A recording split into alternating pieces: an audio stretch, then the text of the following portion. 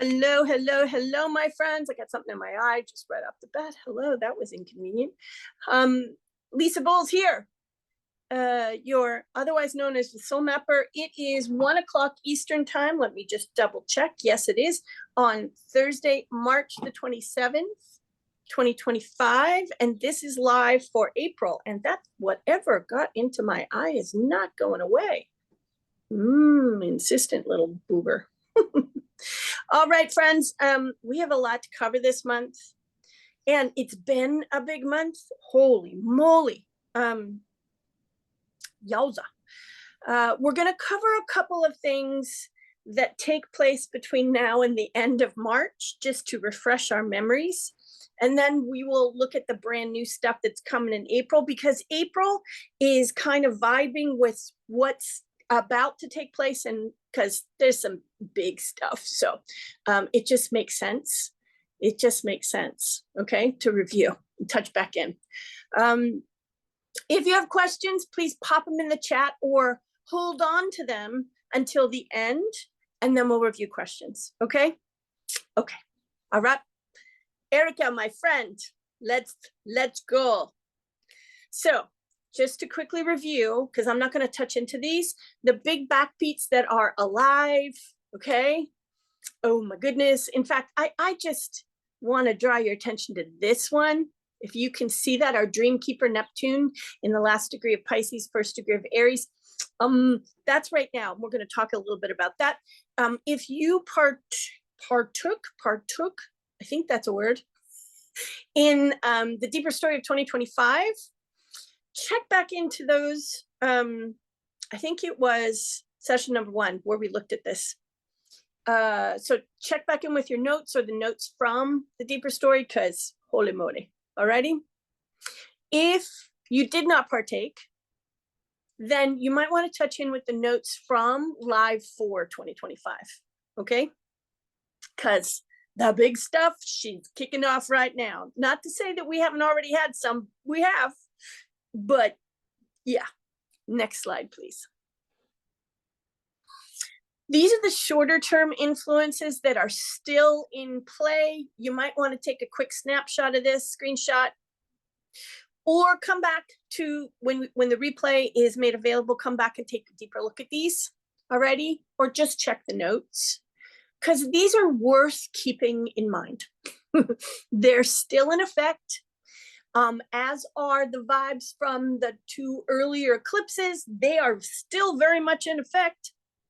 So this is a year when it is really important to stay in touch, to remind ourselves of what's at work and how they're interacting, so that you have the kind of context that helps you understand what's in motion, what it's likely going to feel like, what you're likely to see out in the world, and how to tune into it so that you are better connected to your own sense of calling in response, particularly in your work or in your business, your purposeful work in business. Yeah.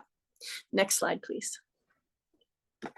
Here we go with March, the last couple of yaza, and then April. Okie dokie. Next slide, please. So what's today? Oh my goodness, it's the 27th. Now, we talked about this very, very lightly. I'm not going to dive too much into this. Those of you who are in the current, you know something special's coming your way a little bit later today. But right now, Black Moon Lilith, which is a new archetype we're adding to the pantheon of archetypes that make up the soul map world, is shifting into Scorpio, where she will be hard at work for 9 months. So March 27th today till December the 20th, 2025. Now, Black Moon Lilith is not a planet. Sort of like the nodes, Nodawa. It is a point in the sky that is associated with the scorned, empowered feminine aspect of who we are. Now, I'm not talking typically about gender. I'm talking about a feminine aspect that's part of all of us.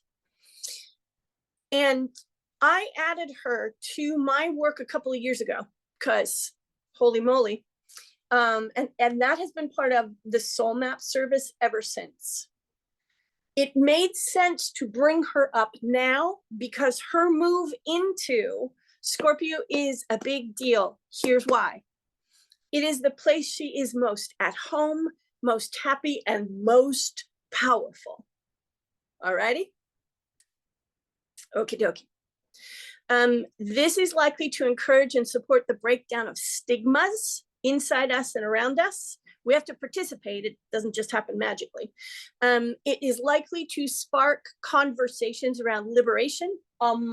Yeah, there's lots of conversations about that happening right now.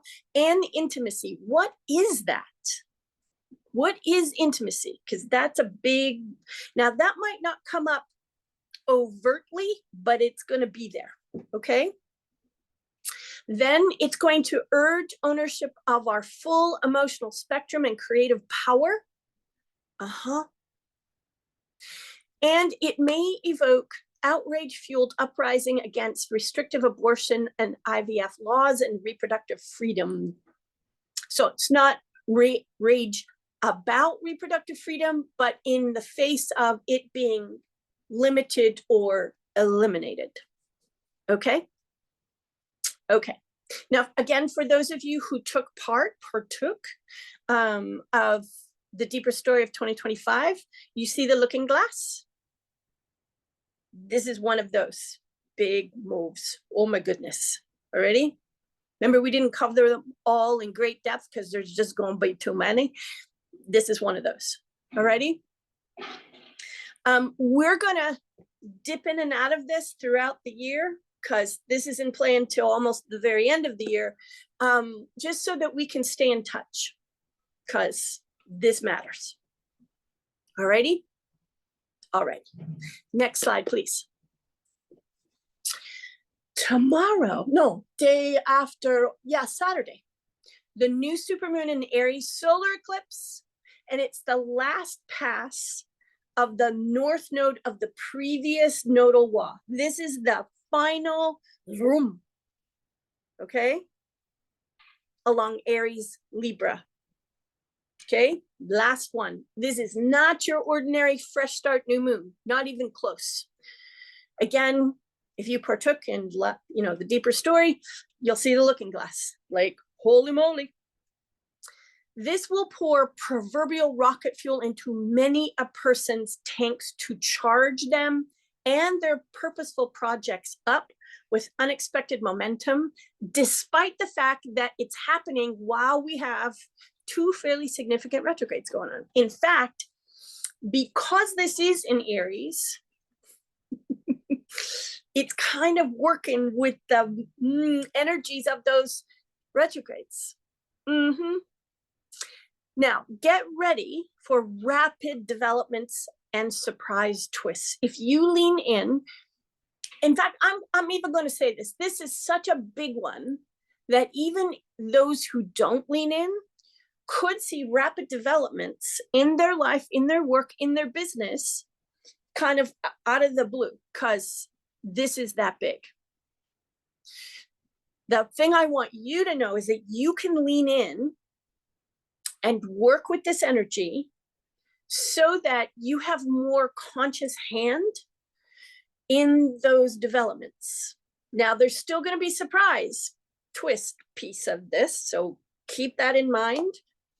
So if a surprise or a out of the blue thing occurs, or this just, take a deep breath. Hold on to this context so that you have it to lean into, as well as an invitation for you to lean into the energy. Now, that last bit inside the brackets, leaving a part of our former self behind, which means that our sense of identity, who we have been, that's going to be up for grabs with this. And it's going to happen. In fact, I would even say for those of us who are sensitives, I mean, sensing things earlier than the exact time of astrological influences, you're probably already feeling this. I know I have. Normally when moon activity, like the new or full moon happens, my sleep gets disturbed, almost like clockwork. About 2-3 days before, last night was a perfect example. So if you start experiencing energetic disruptions, sleep disruptions, just feeling kind of, don't be surprised, because this is a big one. Alrighty? And this is on the heels of eclipse energy we've already been experiencing that's still rippling through us, is adding to it. And that on top of Black Moon Lilith moving into Scorpio today. All right? Now you know why we're reviewing the last couple of days of March. Okay. Next slide, please. Okay, ready? March 30th till October the 22nd, we get our first preview of the big social planet, our Dreamkeeper Neptune being the first, shifting into Aries, shifting into new signs. All right? And in this particular case, going from the end of a huge zodiacal cycle, actually this way, into the beginning of the next zodiacal cycle, starting with Aries. Now, we just talked about Aries, yeah? So more Aries, more fire. And I have something to say about this, that watching how this is showing up in our world has made, it's just made articulation of some of these early, so this looks like it's gonna happen and it's gonna, so the forecast is more richly available because we're seeing how this is showing up. So let's just talk about this for a second. This is leaving home sign Pisces for the first time since April of 2011. It has been in Pisces since then. The last time our Dreamkeeper was here was 1862 to 1875, and there was a whole lot of stuff that happened during those years. This offers us a preview from March till not quite end October of what the 13-year-long story that starts up for a long period of time in 2026 is going to look and feel like. And that's a really big deal. So this isn't just moving signs. This is brand new zodiacal cycle. And it's working at the first degree, which is brand new beginning, like beginning. Now think about the other stuff that's going on. Hello. This is compassionate grit with a side of growl. It is active spirituality, because Neptune is one of the, it's the overseer of spiritual or religious living, philosophy, points of view, all of that, and practices. So this is active spiritual or religious living. But it, because we're starting at a brand new zodiacal cycle, it means one really important thing, and that's connected to the second thing I'm going to talk about. Spiritual vision, okay? There's going to be some new spiritual visioning of some kind, a shift, maybe even the introduction of a new spiritual or religious movement, a change in our sense of reality, which when you think about spirituality, that helps us see the depths or the penetrating truths of reality in a much bigger, more solid way. And it asks us, because it's going to be working through Aries, to live those new understandings, new insights. Like, it's not just, oh, isn't that interesting? It is, okay, so how does this change how you live? And how does it change how or who you know yourself to be and us as humanity? Okay? Here's the second piece. In the largest sense, this also will work to bring about a change in our collective sense of who gets to vision the future actively. because our dream keeper, Neptune, is also the keeper of the dream or vision of the world, how life could be. Okay? And who is the one who gets to decide that? We. And how do we actively live that? So a change in our collective sense of who we are, a change in our collective sense of reality manifest into a change in how we live and who we are together actively. Okay? This is a big deal. Now, again, this is a preview. So what I want to suggest you and I do is practice watching to see how this starts to show up in the world. From April, May, June, July, August, September, almost 7 months. All right? So that in the fall, we can kind of go, huh.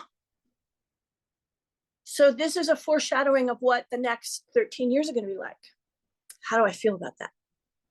You'll have a better sense of how to adjust yourself, lean into your practices, okay? Because we'll have a better sense of how this is showing up. Okay? Now, if you have not gotten your motion map for 2025, you might want to consider doing that now, because this is going to change things in ways that are kind of gobsmacking. And to look at where in your life it's going to be, particularly at work, also could be very useful. Okay? Erica's going to pop the link into the chat so that if you can feel the call of having a better sense of what your year is going to look like, maybe even into 2026, you can do that. Okay? All right. This is massive. So this is why charting things for the tail end of March has become so, because these are going to be a significant part of our experience into April. And it adjusts the approach that we're going to be taking, because this right here, plus Black Moon Lilith, plus that eclipse, it alters our approach going forward. This is when we start the next epochal chapter. All right? Okay, next slide, please. Now we're talking April. Now, ordinarily, I wouldn't talk about this, but because of the other prevailing holy molies, things like this become more important to pay attention to. Okay? All right. So this is a 3-part series that started in January and continues, quote, completes this coming month. Looking Glass. So on April the 7th, our Charisma of Cause Venus, who's in retrograde, participates in the second of 3 team-ups with our inner guru Saturn, who's also working in Pisces. Okay? Love becomes serious business and practice. And I'm not talking romantic love, although that can get folded into this. I'm talking, so how are you going to actively practice building your life and contributing to the building of life from love?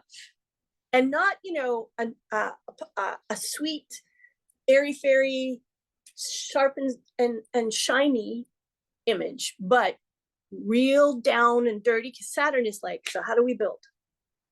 How does this become the scaffolding that holds up our building or rebuilding with love at the center?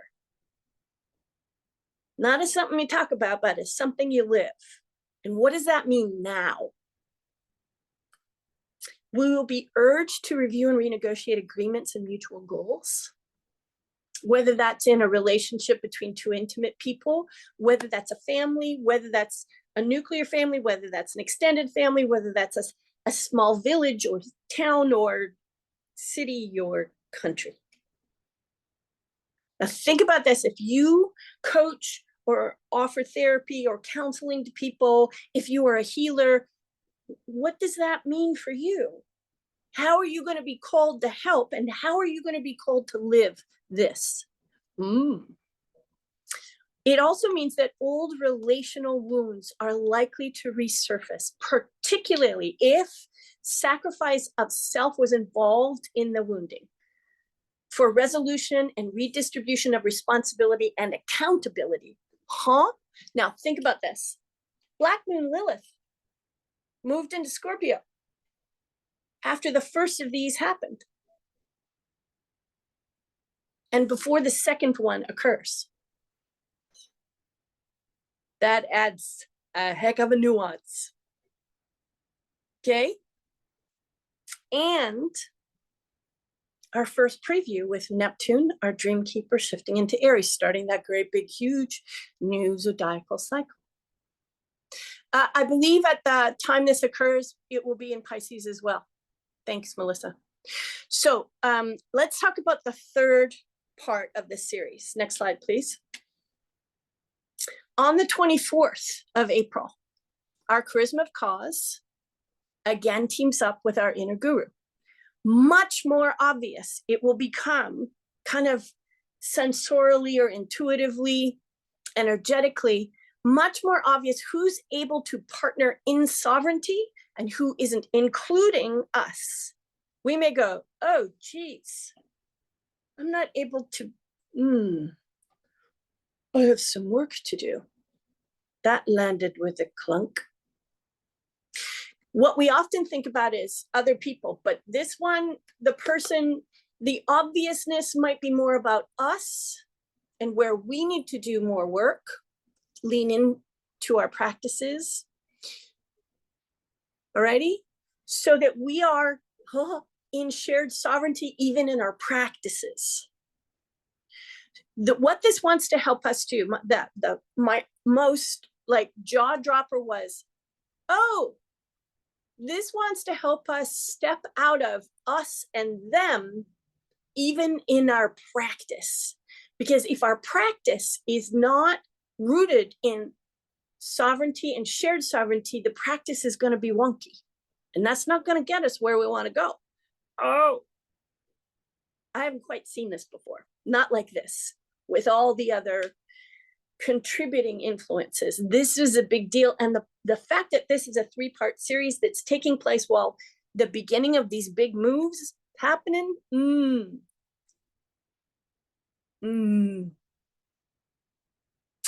it is also going to kind of give us time to stop excusing, rationalizing, or soft pedaling internalized patriarchy.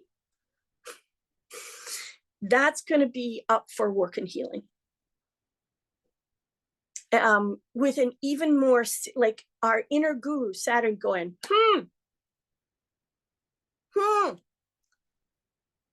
Alrighty? That's why at the beginning, I just said, love becomes serious business. How do you love yourself in practice so that you help untether internalized patriarchy? And that is very kindred with Black Moon Lilith. Okay? Big deal. Alrighty? Next slide, please.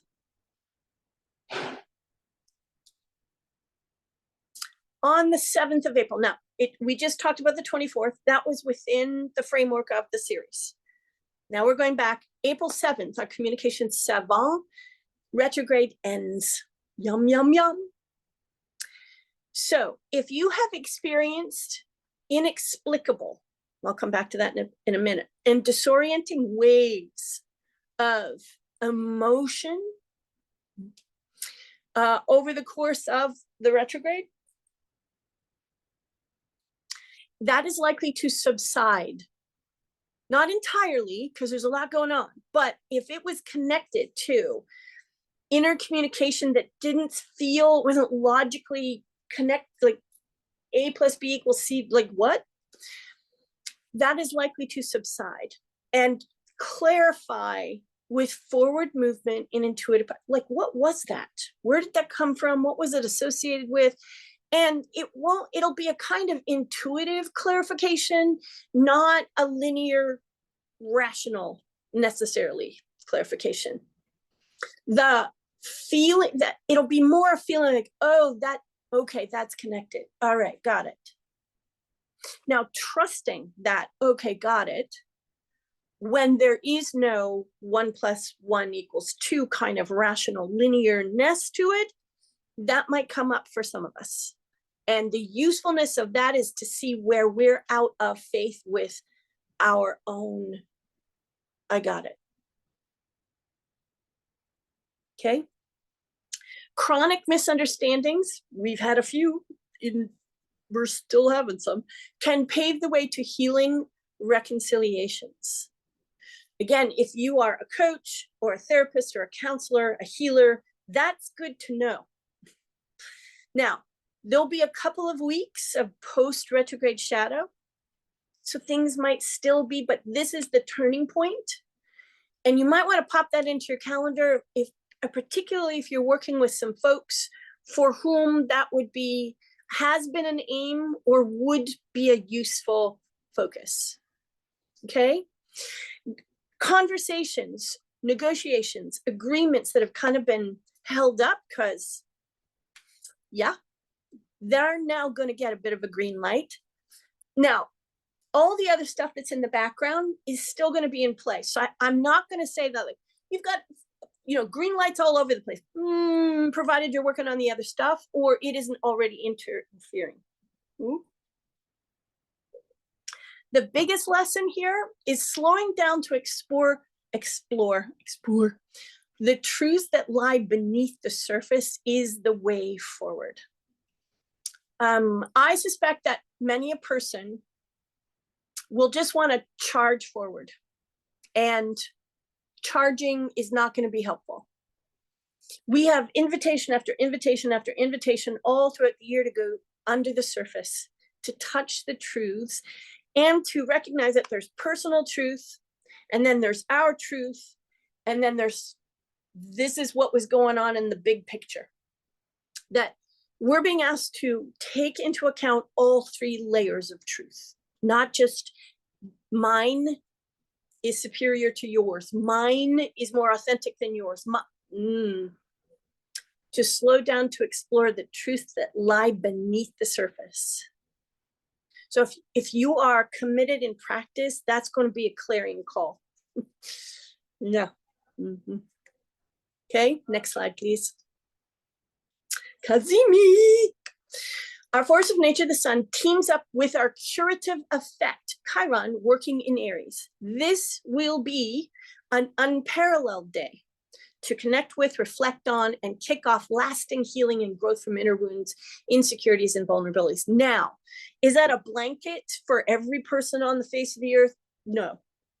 You got to turn towards this, lean into it, and it depends on where it's working in your map. So check where Aries is sitting in your birth chart or your soul map. That'll indicate what area of life this pertains to particularly and where the action will take place. Okay. Now that has a kind of everything's connected effect, but the focus, the place where the action is most likely going to unfold for you will be where Aries sits in your birth chart or your soul map. Okay. Again, if you work with clients, then having this in your calendar, keeping it in mind. Okay. So you encourage people who could really use this, and having a sense of where their Aries sits, also useful. Alrighty? Okay, next one. April the 12th, the next day, we have a full moon in Libra. Now this is a really interesting full moon. It's teamed up with Jupiter, who's in Gemini, our fortune finder, which means this is an expansive partnership-focused full moon, whether that's partnership internally and us with us, or the various parts of us with the divine, us with our purpose, etc. You get that. Partnership on a local level or partnership on a global level. So it is a big deal. And it kind of has a nothing ventured, nothing gained feel. So if you can hold on to that, okay, I'm not suggesting you discount or blow off the fact that someone has demonstrated that currently they are not capable of partnership or don't really get partnership. But where you have reasonable experience suggesting that this person is capable of meeting you and that you are capable of meeting them, this nothing ventured, nothing gained, go with it, okay? Productive dialogue, very possible with folks you've been at odds with, but because Mars, our action instinct, is working through Cancer at this point, go softly, because when Mars is working there, it can make people a little more trigger sensitive, okay? Okay. I'm also going to say one additional piece.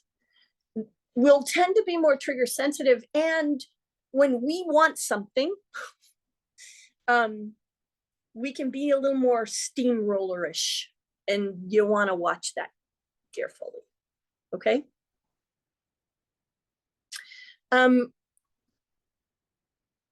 It also wants to help us rebalance work and responsibility loads, including outsourcing. So if you are someone who has taken on the lion's share of responsibility for a household, for example, this may have you go, you know what? I don't have a partner to go, hello, could you, like, this is our responsibility, not just mine. Let's divvy this up a little more equitably. But if you don't have a partner, then outsourcing some help, if it's within your means, will also be very alive here. Now, that can mean a variety of things. It can also mean in your work or in your business. This could be a call to find a way to outsource stuff that you really need help with, okay? This is a big one. So if you happen to be the kind of person who offers subcontractual services, this could be a big deal this year. And it will be most active for the 2 weeks following, but a little less so over the next 6 months. Just say that if you are someone who, it might be a really good time to put your, you know, hello, I'm over here. Okay. All right. Next slide, please. April the 12th, our charisma of cause, Venus, ends retrograde. Okay. And at this point has been for some time working through Pisces. It'll continue to move forward through Pisces till April the 30th. Let love lead. Oh, here we go again. What does that mean for you? What does that mean for us now? While Venus has been here, we're in this now, in a deep relational review. So remember that our Dreamkeeper Neptune shifted into Aries.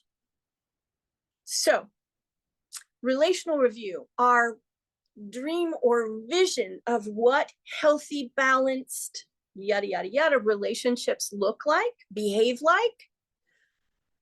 There's some interactivity here. Huh?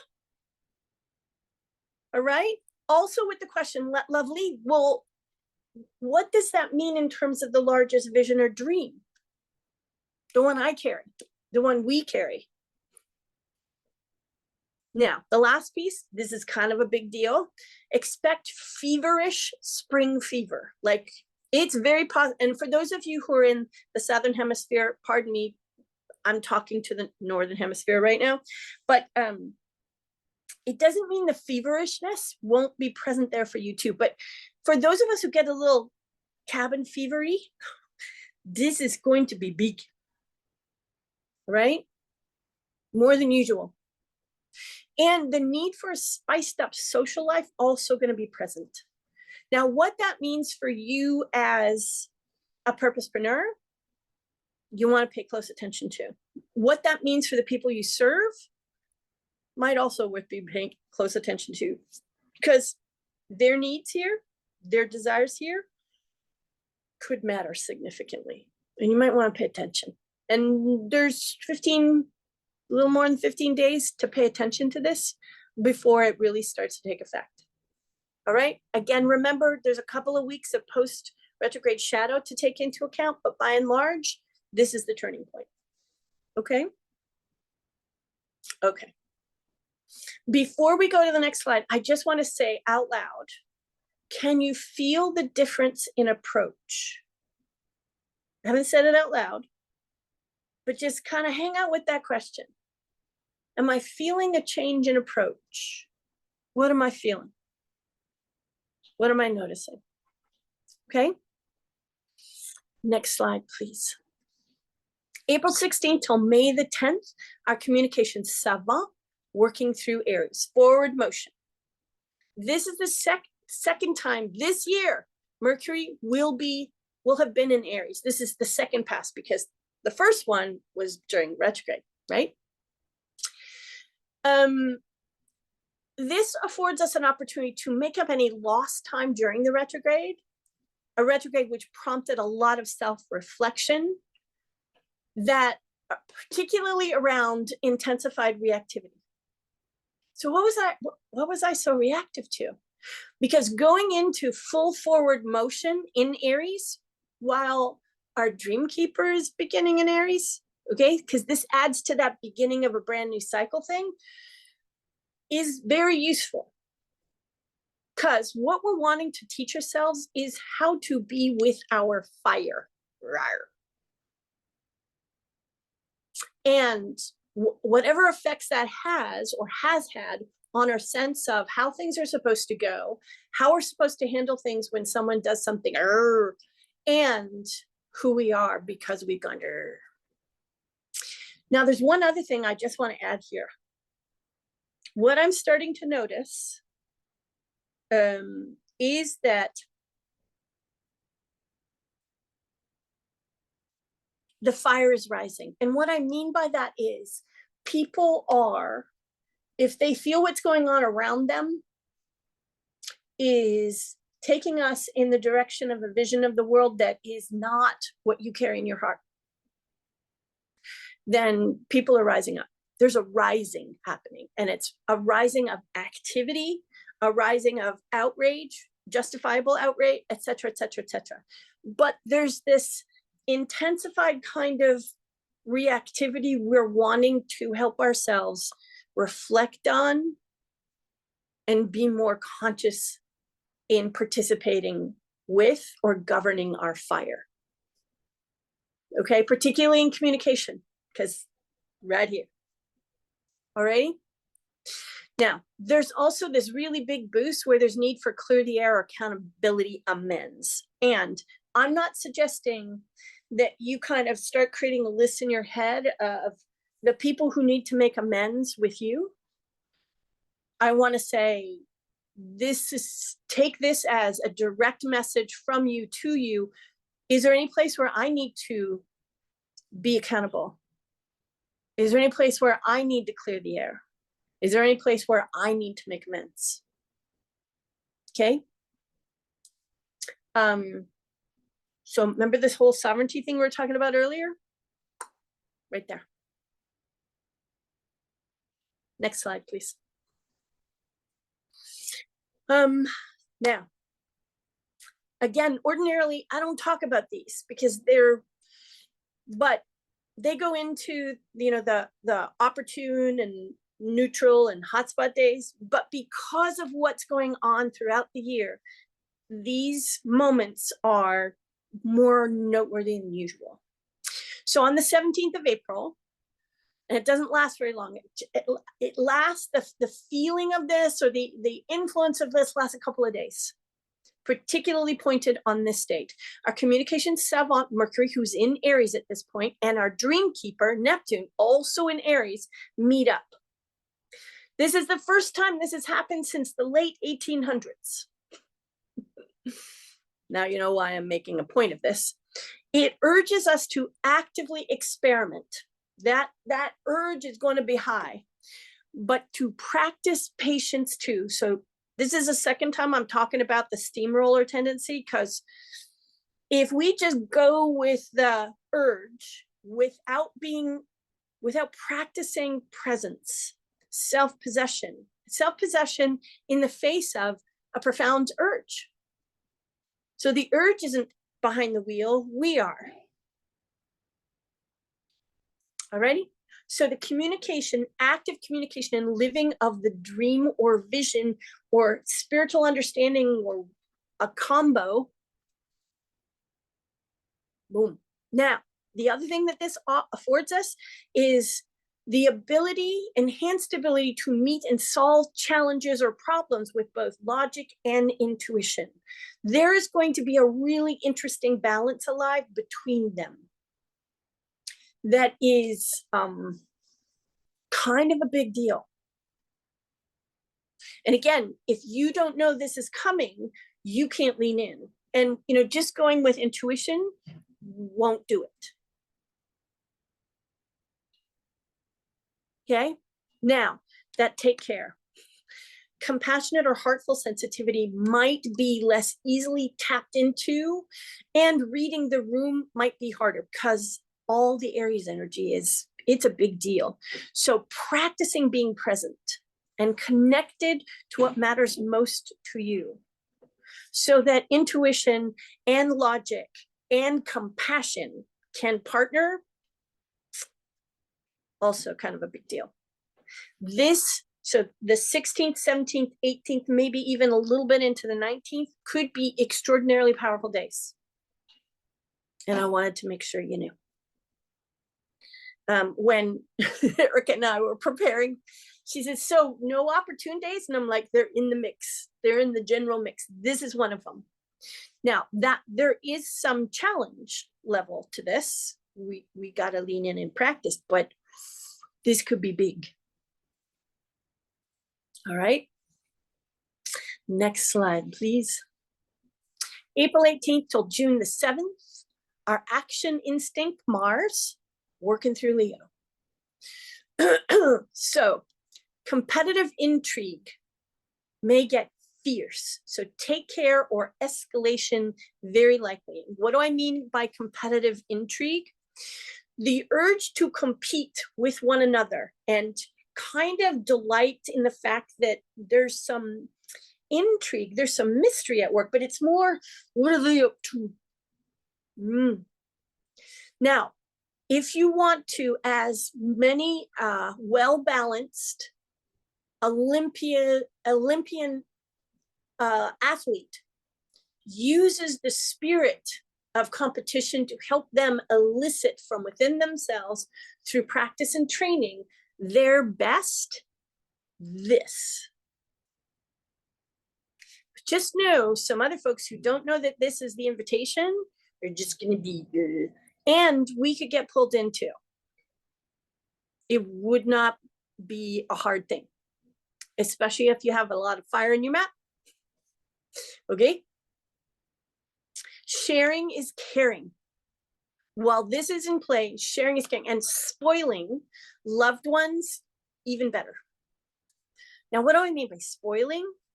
Being more attentive than usual, doing the things that communicate through action, your care, your love, your respect. Okay. Now that can be leaned to in our work and business too. So, third point, recognizing and uplifting or amplifying others, wildly supportive, wildly supportive. Again, that can be leaned into in your work or business. Playfulness is boosted, and so is the desire for it. Big time, big active play. Oh my goodness. Enjoyment. To some degree, we're going to want to be playfully enjoying ourselves without having it be a to-do. But if you have to schedule it, schedule it. I am. Okay? It will unlock things. I kid you not, it will unlock things. And that fierceness we talked about with the first, it will soften those edges so that you can be in the competitive drive to elicit our next best or your next best without or with less. The other invitation here is to color outside the lines, be daring and color outside the lines. Now that's a metaphor, but practice and be as playful as you can be and as competitive as you might be on the golf course, because the person you're competing with there is you, without self-flagellation, of course, because that could show up. But to color outside the lines and in as daring a fashion as is true to who you are, is both boosted and supported. And the ripple effects of this during this period, which is not quite a month, actually 2 months, will stay with you. So keep that in mind. Like, this becomes practice. And I'm going to be diving into this one. Cannot even begin to say, because boy, could I use some more playfulness. All righty. Next slide, please. April the 19th. Now again, ordinarily, I would not put this in the main body. It would go someplace else. But because of all the factors, our action instinct, Mars, trines our dream keeper. So it's a very particular, I won't get into the astrology of it. It's a particular formation.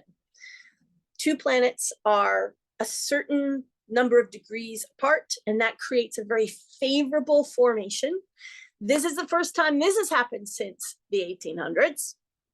And it is exuberant self-expression meets to thine own self be true. Aware that our own self is in movement right now. So to use exuberant self-expression, playfulness, so that you can, oh, I've never heard me that way. This wants to help us be clear about how to be true to ourselves now and who that self is as we're expanding or meeting contrast. The other thing this is going to ask of us is to take care who we put on a pedestal, because it's going to be easier than usual. And this, just know this, it'll be easier than usual to give power to loud leaders, people with big voices, people with big presence. Part of what's going on is that we're looking for leadership. There's a vacuum. For a great many of us, there's a big fat vacuum. And those who show up loudly, as if they know the way forward, could be very tempting to just kind of go, okay, you. Part of what's going on is we're attempting to elicit our own leadership. So, and the leadership of our life's piece of the big vision or dream.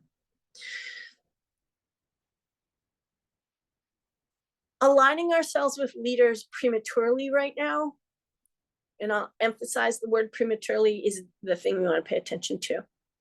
And it also asks us to acknowledge the degree to which we have been conditioned not to follow our own lead. And that sometimes that lead is quiet, but it needs a little more exuberant self-expression, okay?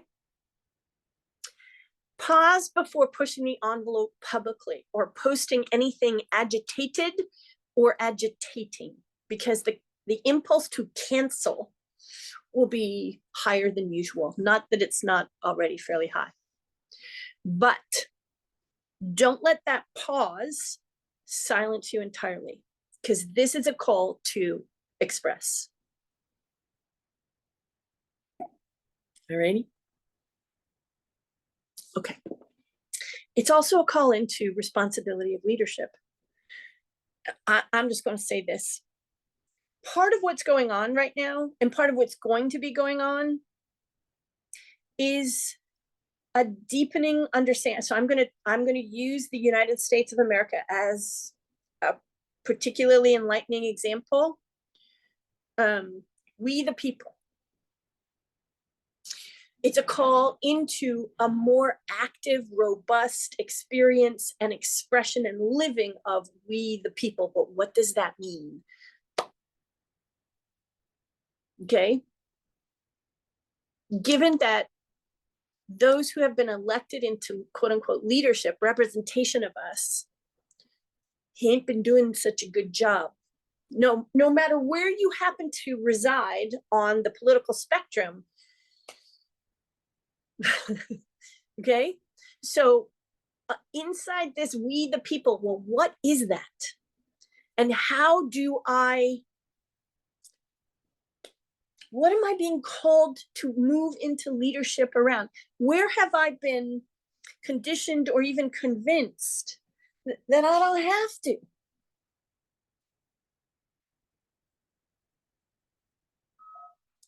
Where have the ways we've lived, and I'm not just talking about the United States of America, but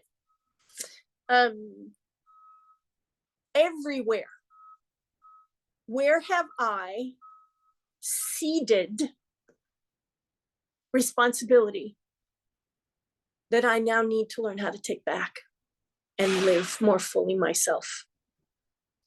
Black Moon Lilith. Okay. This is a big one. Big. Okay, next slide, please. April 27th, new supermoon, Taurus, wowza. Practical magic kind of day. And I mean that. I'm also going to slide one extra piece in here that I hadn't included in this slide. If you desire to lean into and amplify the output of a practical magic kind of day just for yourself, the effects are likely to be limited. Remember, we're in a, so how do I help this become more for everyone period of life?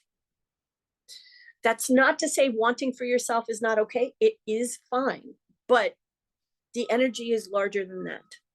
And keep that in mind. And you can't trick the energy and pretend that you care about it for everybody. You have to actually care about it for everybody, including yourself. So this day will be really good to regroup or ground yourself if you've been kind of knocked off center, and as many of us have. Last couple of months have been wowza. This will be a really, really helpful day.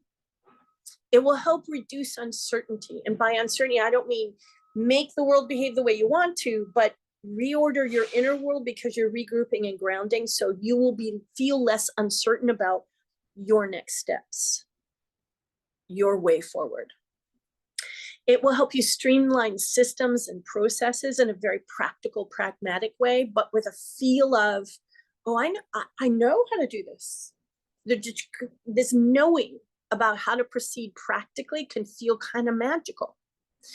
It will help those of us who are inclined to embrace eco-friendly or upcycled choices, whether it's personally or in our work and business. It will help us strike a balance between the sensual and the sensible. I'm winking at a couple of you because I know the sensual thing is up your alley right now this year. And it will help you break complex plans down to basic, straightforward steps. Many of us find that difficult. I happen to be among you. I've gotten better, but yeah. And given all the big energy with all these big planets moving into preview periods and being in touch with a larger vision, asking ourselves to take response, all that stuff, it's going to be a bit of a challenge, but this wants to help. So the day before, day of, and day after for 2 weeks, and then ripples, softening ripples for 6 months, this is going to be very helpful. Now, the take care bit at the bottom. It may be challenging to keep a level head and not get caught up in the compare snare. Comparing yourself to someone else. Ugh. It just may be. So if that does start to happen, as this approaches or in the days after, take note of it, because that will help you know where some energy or effort might want to be invested in practice. Okay? Okay. Like I have this in my calendar, big. Next slide, please. April 30th till June the 6th, our charisma of cause Venus will be in Aries. Oh my goodness, more Aries. Okay. Now, again, the second pass through in 2025, because went backwards during the retrograde. So we get another chance, but forward moving. Big autonomy in love energy, this one. Oh my goodness. How do I be in love? Remember we're talking about, so love becomes serious business. So how do I be in love, come from love, and be autonomous? Not, without connection, not an island unto yourself, because that's not what this means either, but able to function from self-possession and sovereignty in partnership with others, so that I don't become codependent, or I can see my codependence and I can untangle myself, whether you participate in that or not. And to see that in the ways that it has effect outside intimate relationship, outside nuclear family, that it's all over the place. So what this will bring or encourage or support is safeguarding your me time, if that's been difficult for you. Spark the sexy again, but for you, not for somebody else, and not for the culture, for you. So you can experience and delight in it for your own damn self. Thank you. Black Moon Lilith.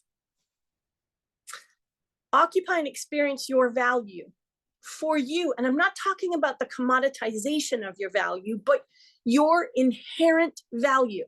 Experience it. I remember the first time I experienced it. It blew me out of the water. And it's hard to describe until you, and I'm not even sure there's a description for it. It was kind of like asking someone to, asking someone to explain when you're young what an orgasm feels like and then having one. Oh, got it. That. And the opportunity to experience it, and I mean experience it, magnified. Okay? Opportunity to right disruptive wrongs. And I don't mean out there. Start with here, and then widen your circle a little bit, and then widen it some more. You don't want to occupy this urge as an opportunity to control other people, because that's not what this is. Although the desire to steamroll, remember we talked about steamroll, it will be here, and you're going to have to watch for that. Dive into a stretching but enjoyable hobby or practice. Remember we talked about the playfulness thing? So this is showing up in a slightly different flavor. Yummy, yummy, yummy. Okay? And then reclaim your sovereignty in and from codependent relationships. But understand that we're not just talking about intimate relationship. We're talking all over the place. Next slide, please. Hotspot days. Yep, we've covered the days that are opportune. They've been in the main body because they have much more significance than usual. So what we're left with is 3 hotspot days. Next slide, please. April 20th. Snarky, swaggery, power struggle kind of day. Now, it's a big day for practice coming from sovereign center rather than ego and reactivity, although that's hard for most of us. But big, important day to practice. Otherwise, just know that the snarky and the swaggery and the power struggle-y stuff will be there. Okay? might not be a good day to be out on the interwebs. Alrighty, April 23rd, egoic power struggle day. Similar, just not quite as, with the snarky and the swaggery, it's kind of like, yeah, look at me. This one is just like, Urgh. Again, big day 4, coming from sovereign center rather than ego. Now, that matters. If you find yourself needing to stand up to a bully, self-composure is the demonstration, potency, power. Okay? That's the flex. Not because you're standing and I'm better than you are, but because it has effect. And it provides you with a deep experience of efficacy of practice. Efficacy of self-possession. Oh, this is what it feels like to have influence that hasn't involved. Okay? Next one, please. April 26th, tempers and egos and mind games. Oh my. So people will be more likely to be a temper. It might even be more than that. In fact, it probably will be. And that combined with mind games. So take care you don't unwittingly wander into a showdown or take the bait. Again, self-composure is the biggest asset and influence and challenge, but good day to practice. Okay. Next slide, please. Favoured fields, carry on. Next slide. I'm not going to review all of these. They are in the notes PDF that will be available, either post it into your platform, post it into the Facebook group, or, and oh yeah, Facebook. Or in the replay email that'll go out tomorrow morning, Facebook. Facebook is letting people know that materials that have been posted there, after 30 days, they're going bye-bye. So we've gotten very accustomed to having places, okay, in groups. Pardon me, thank you, Erica. So if you've got a group, and you've been posting resources there fairly regularly, to just them kind of being around for people to go through, scroll, find, that's going to go by. After 30 days, those resources are going to go away. It is, from what I understand, correct me if I get this wrong, Erica, but it is an issue of space. Okay. So we've been posting live replays, and in the guides, you know, the PDFs that we make available, after 30 days, they'd be gone. So be aware, if you are someone who facilitates a group, manages a group, et cetera, your resources is going to go bye-bye. So you might want to tell your friends that, or the people in your group with you, that they need to, you know, watch or download the materials. Right now, Erica says it's just videos right now. I did a little bit of research. Melissa said all gone in 30 days or up to 30 days. Erica, could you respond to that one? Okay. So check the chat right now for clarifications. Erica's got a handle on this, but I also did some research after she let me know about this. And I understand that videos are first up, but it's resources in general that are going to go bye-bye. It just might take them a little longer to do that. Videos use up a lot of space storage. So anyway, these are the 12 most alive favored fields for April. Okay. But please remember that looking back on the favored fields PDF for the whole year could be very useful, because these things overlap. You know, we've got influences that are present the whole year. We've got influences that are present for a shorter period of time, and they can overlap with this and have some tie-in. And you want to help yourself know that. Okay. Next slide, please. Almost done. The next live for May is on April 24th, Thursday, April the 24th, which is kind of an odd number. I checked it myself. I got it wrong the first time. And Eric and I went, wait a minute, that doesn't sound right. So please put that in your calendar. Come join us. Let's review what's ahead. All right, 1 o'clock Eastern time, whatever that is for you in your time zone. Just be sure you put it in your calendar or make time to watch the replay. Next slide, please. Any questions? Any shares? Which of these are pulling at you? Already are. And if you've got a lot of FOMO, like fear of missing out, or what should I focus on? Ask your own heart. Okay, because all of this is going to be influencing all of us at least to a degree. The two things you want to do is check in with your own heart. Kind of goes with that whole power and responsibility thing. And second, check which house these are going to be happening in for you. So Aries, a lot of activity in Aries. Pisces, a lot of activity in Pisces. Aries is the big one. That's the one you want to pay most attention to, but yeah. Okay. And I'd love to hear what your questions, or you're just kind of like, wowzers. Okay. Hello. This is Melissa. Hello, Melissa. Hello. Hello. And of course, so much.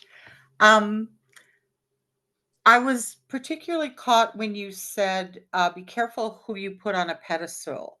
Mm-hmm. I'm someone who gets put on a pedestal, and I've had to get really creative about, knocking it away myself. But also, as a Pisces dominant person with all this Leo, Aries is very different energy than Leo. Yeah. I have fun with Leo, but I could use some advice with the Aries, because what it's already showing up is fire that is like, screw you, which is already where I go. So any advice would be good.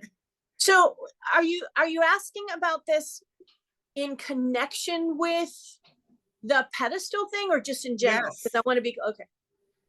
In term, I'm doing some very large launches. Yeah. Where competency and poise and all of that is very critical to it, which is fine. Yep. But with this other energy, I'm a little nervous. Okay.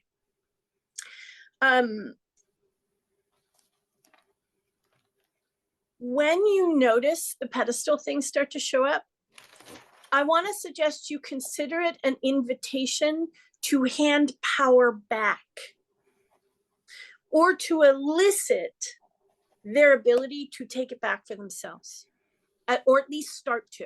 Does that make sense? Yes. It means I need to create some props to do that. What do you mean by props? Well, I want to be sure I understand. When somebody tries to take over a workshop with me, I always wear this little scarf, and I kind of just put it around their neck and go, great, you seem to really be powerful here. Why don't you lead us for a while and see where we go?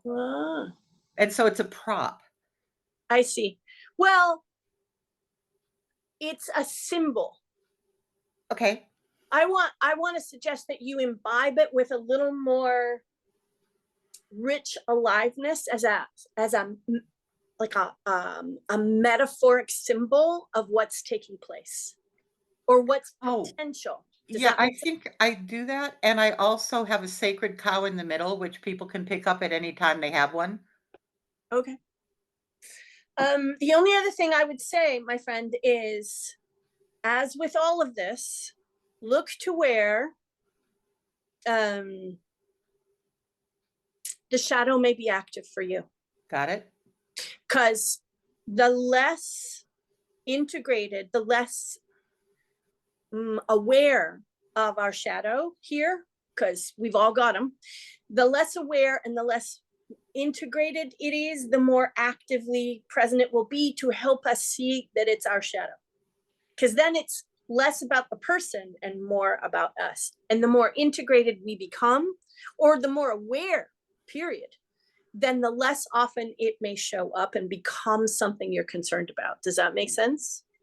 It does, and it just reminded me of an old tool. I just need to hang some visuals around the room that don't mean much except to me. Okay. That's a good one. That's a good one. That's a good one. To help direct your leadership and guidance. Well, and also to remind me, like, Yeah. check in, you know, Yeah. take Yeah. like a big heart, for example, like Yeah. who's talking? Your head? Shut up. That's right. Well, and it's also a reminder to come back to self-possession. Yes. That's well said. Well done, Melissa. I love that for you. I Thank love you. that for us. Well done. Thank you. Yeah. Okay. Anybody else have anything they want to ask or share? Anybody had a big aha? Hi, it's Alex. Hi, Alex. I did have a an aha while you were speaking earlier, and I also have a question. Mhm. So for the aha, I've been feeling lately like a real urge to kind of get out and explore and see things, Mhm. and I'm like wondering where that's coming from. And as you were, it dawned Your on voice. me. I, I'm sorry. your voice dropped off. I heard you say, "I'm wondering where that's coming from," and then blank for a couple of seconds. Okay, is that better? Yes. All right. Um, so I'm wondering where that's coming from, and then as you were talking about all the Aries energy, it dawned on me that I have Aries in my 9th house. So the whole traveling thing and wanting to get out there and explore, and now it makes sense Yep. You just with all answered that. your own question. Yeah, but I also had a question about something else Okay, cool. entirely about the Black Moon Lilith. Yeah. I'm curious to understand more about that. And did you say before that there's going to be a podcast about that or something? Are you a member of the current, Alex? Yes. Okay, so watch your inbox later today or watch your platform because there's Okay. a little extra there for the members. Okay. And are there like resources that you would recommend if I wanted to look into about like my own natal placements of that and anything like that? You can bye Sally Joe. You can go to somewhere like astro.com and do a search on adding Black Moon Lilith. Now, I'm just going to say this. Mhm. There's 3, so I don't mean to confuse you, but there's 3 possible Liliths. What you want is the mean, which is the average because it wobbles a bit, mean Black Moon Lilith. Okay. I've tried using the others, and the one that sings most clearly is the mean Black Moon Lilith. So just go to astro.com and in the search, ask for how do I add mean Black Moon Lilith, and it will run a free birth chart for you with her added.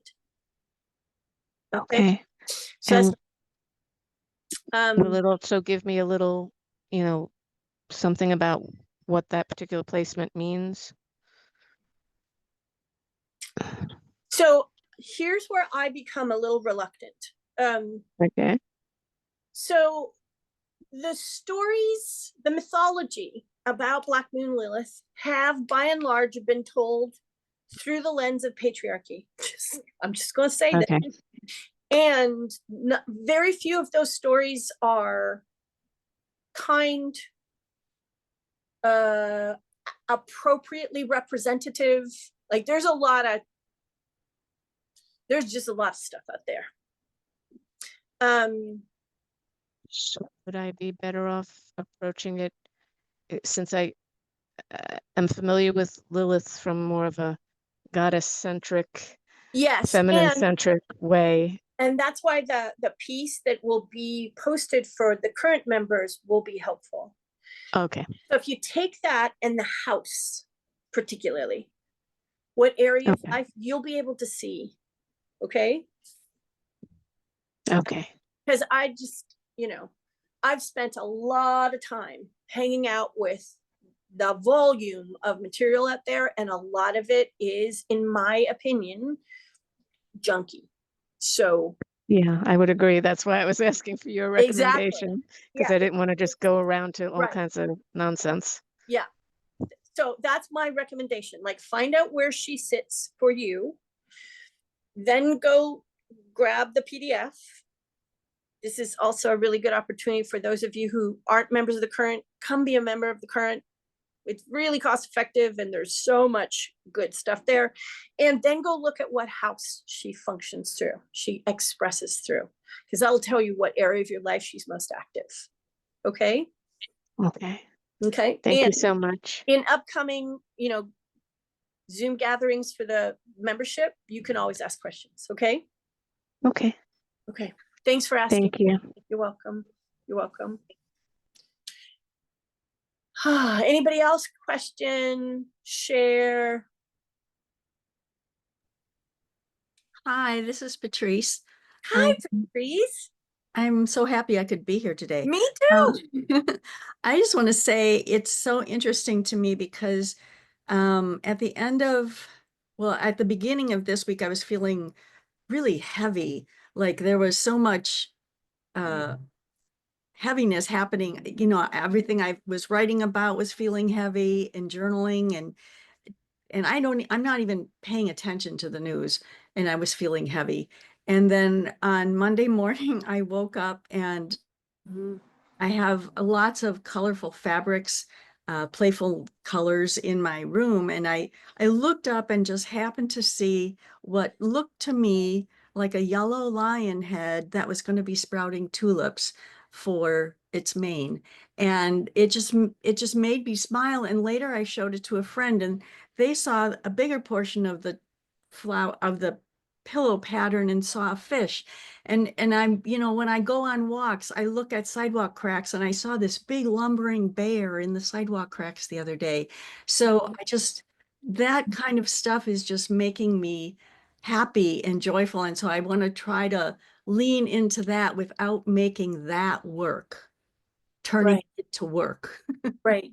That's great, Patrice. And given your orientation as a creative, that makes a whole lot of sense. Yeah.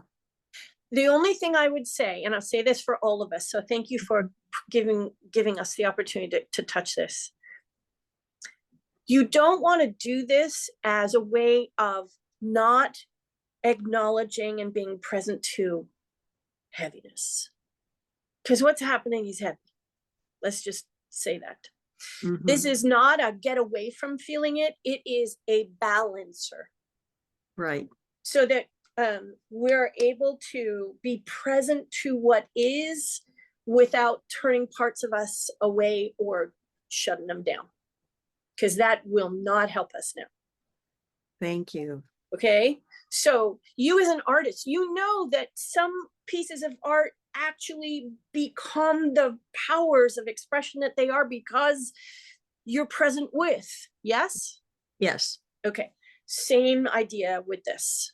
And that's hard right now because there's a lot. So I just want to say it's going to be normal, and it's going to be around for a while, the heaviness and all the other stuff that goes with it. But what's starting to be introduced is balancers, so that we have nutrients from both. Fair? Yep.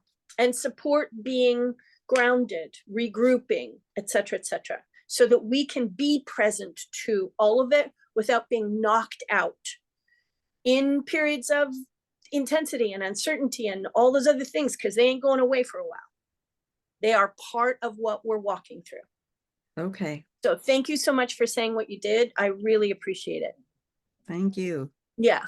And okay, so does that mean I have to pay attention to the news?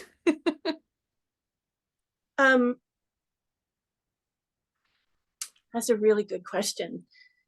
I don't, so Black Moon Lilith here, there is no has to. The only, how do I say this? It might be to your benefit, but listen to your own gut, and not the part of you that just finds it difficult to be with, because that's not going to be useful either. It's like the whole thing with the heavy. To be informed in many cases right now as a citizen is important. So how do you help yourself engage with the material that will help you be informed and work through whatever that stirs up in you so that you can find ways to become more self-possessed? It's a kind of practice now. So the Okay. days when folks like us could go, I don't read the news because I'd be careful. And if it does kind of, then consider it a form of practice. Now, how do you engage? What steps do you take? How far do you go? That's a gut call. That's an intuition call. That's me calling me. Does that make sense? Yes. Okay. But to And to go disengage in. entirely, so remember we talked about the burden of leadership and responsibility, we the people? Yes. Boom. Got it. Okay. Thank you again for asking that one. You. It's, I have to, because I'm looking for signals and signs of how what I'm watching and what I share with you is actually showing up. I have no, well, I do, I could ignore it, but I would be irresponsible in what I do for us if I didn't pay attention. Because that would be, in honestly, that would be me surrendering power. I can't do that. I have to learn how to be in that power. Does that make sense? Yes. Thank Okay. you. You're welcome. You're welcome. You're welcome.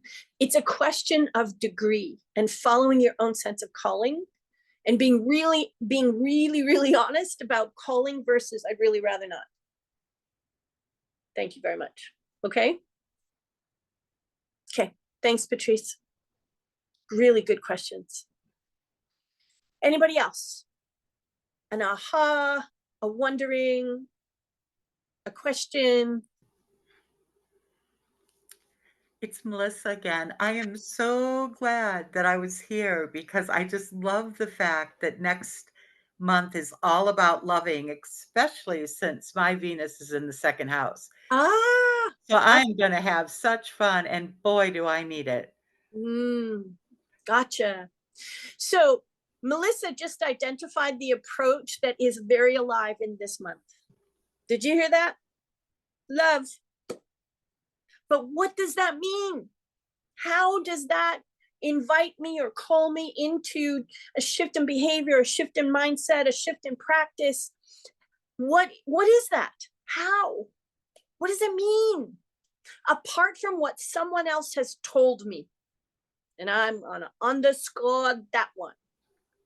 Apart from what someone else has told me. So listen to you laughing. Well, Yeah. the reason is because we're having a bake, it's like a giveaway for all of the Republican voters in our community who are feeling discouraged and upset. We're actually giving them cupcakes. We're having like a Main Street Melissa. giveaway. Wow. So Wow. it's sort of perfect, and it's scheduled for early April, so it's perfect. Wow. That is awesome. Everyone else can have one too, but I appreciate that. Thank you. Wow. That's awesome. That's a really good example. Thank you, Melissa. Yep.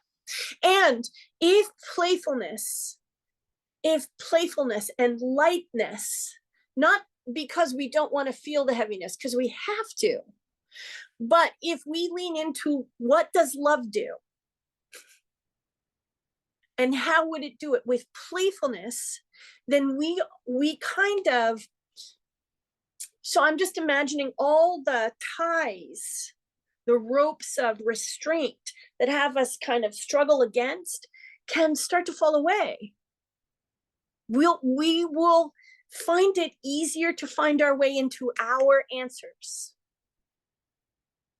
So feel the heaviness, but watch to see what holds us in it so that the balancer isn't available and doesn't, informed by what the heaviness shows us, or has us experience and feel all the things about doesn't inform our way into playful response, loving response.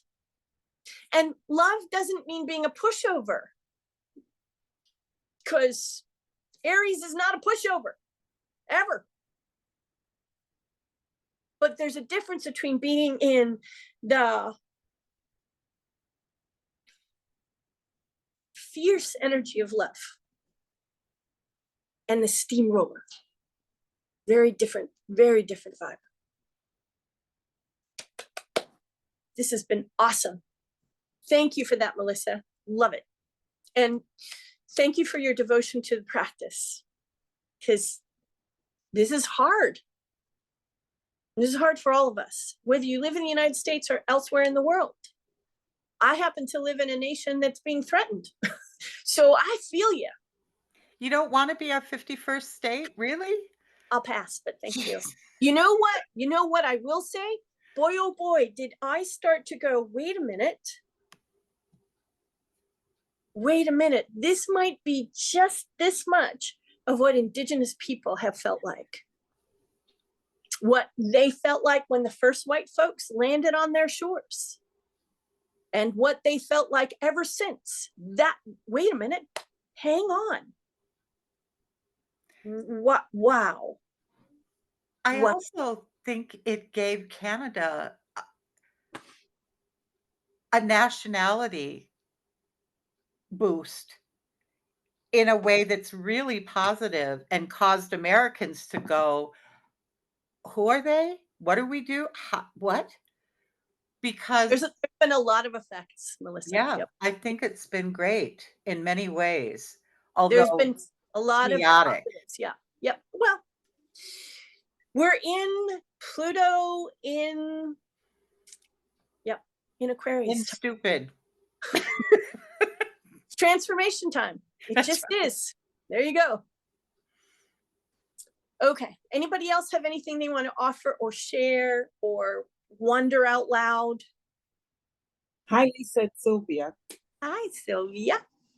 Just a curious question. So it's a new moon at the same time that it's a solar eclipse. Mhm. So does that make this eclipse, and because this new moon is in Aries, does that somehow make this solar eclipse have like sort of Aryan energy, even though it's the sun? Or is that, am I just, Nope, you're absolutely right. You're on the mark. Yep. oh, okay. Yep. Well, hello. Well, hello. And it's going to have significant potential effect on individuals asking questions, and it may not be overt. It might not be wholly conscious. In fact, it could be not conscious at all. Who am I in the face of this? And who are we in the face of this? I know many nations and power blocks are asking new questions about who are we now? Yeah. The world order is upside down, inside out, backward, whatever you want to call it. Who are we now? Mm-hmm. Who are you now? Like identity all over the place up. Mm, You add this to that, mida. okay. Yeah. As all these other influences are also at play or soon to be in play. And don't forget, like Neptune moving into Aries at the very beginning of a brand new cycle, we're feeling that already. Just because it hasn't officially occurred does not mean we are not feeling it already. We are. Because the closer that gets, the more the vibe of its influence is being experienced. To whatever degree we're capable of recognizing that. But it's in the mix and has been for a couple of months. Yeah, and it's really interesting because this whole thing that you talk about around sort of playfulness and for me pleasure, Mhm. I had an experience yesterday which wasn't a negative experience, but I couldn't figure out why I couldn't get something together and why I was, and then this morning when I woke up I kind of realized there was a way that I used to do things that were, like outside of the box and kind of quirky. And the person who was visiting, you know, we would get together at those times. And so what I actually ended up doing, I was trying to get myself into a box that I couldn't, and I ended up doing something which was kind of quirky. And I realized this morning, oh, that's what you used to do that you used to enjoy, Sylvia. You had forgotten about that. Mm-hmm. But my instincts were taking me into it anyway. Right. So this whole energy of Neptune and, you know, hey, excuse me, and who are you? Aries is Right. Yeah. That also sounds a little Black Moon Lilith-y. So I'm gonna in the current membership, there's an extra bonus piece. Make sure you grab that. But one of the quotes I put into that is this, because it's very Black Moon Lilith. The self you are sabotaging, or self-sabotage is the best thing you can do if the self you are sabotaging ain't really you. Oh, interesting. Okay, so that's alive here. One of the things she'll do is go, can't do that no more. You are at risk of surrendering or supplicating, of putting yourself back into a box or expecting yourself to be X when you're not. Wow. And because this is disjointed, it's not part of our conscious awareness. There's a part of us actively forever attempting to protect us from putting ourselves in a supplicant position, even with ourselves. So you take, you take all these things, it's like, oh my God. Does that make sense? Yeah, goodness. Okay, Yeah. I will definitely check that out. Yeah, please do. And this is why I say to folks, you know, please consider becoming a part of the current. What is there is deeper than I can offer during live. And we have conversations like this. So I hope you find it useful and you know where to find me if you have questions. Okay. And Erica just popped the link for membership into the chat. Consider it, folks. These times of ours, not having an astrological framework, not having the context, not having the forecast, and not having supportive ways to help yourself tune in and witness the way you're responding with more clarity, not having those things could really matter these days, both in terms of your own lived experience and your own way forward, but your availability and ability to do the work you're here to do for all of us right now. So please consider it. Anybody else got an aha or a question or a wondering? We're at 2:30 Eastern time. So this has been a longer live than usual. Anybody got anything else, a burning share before we call it a day today? Okay. Okay. All right, my friends. It is one of the most important times of the year, and it is one of the most important times of our lives. I want to say thank you, as always, for investing yourself here, because it matters. It matters more than ever.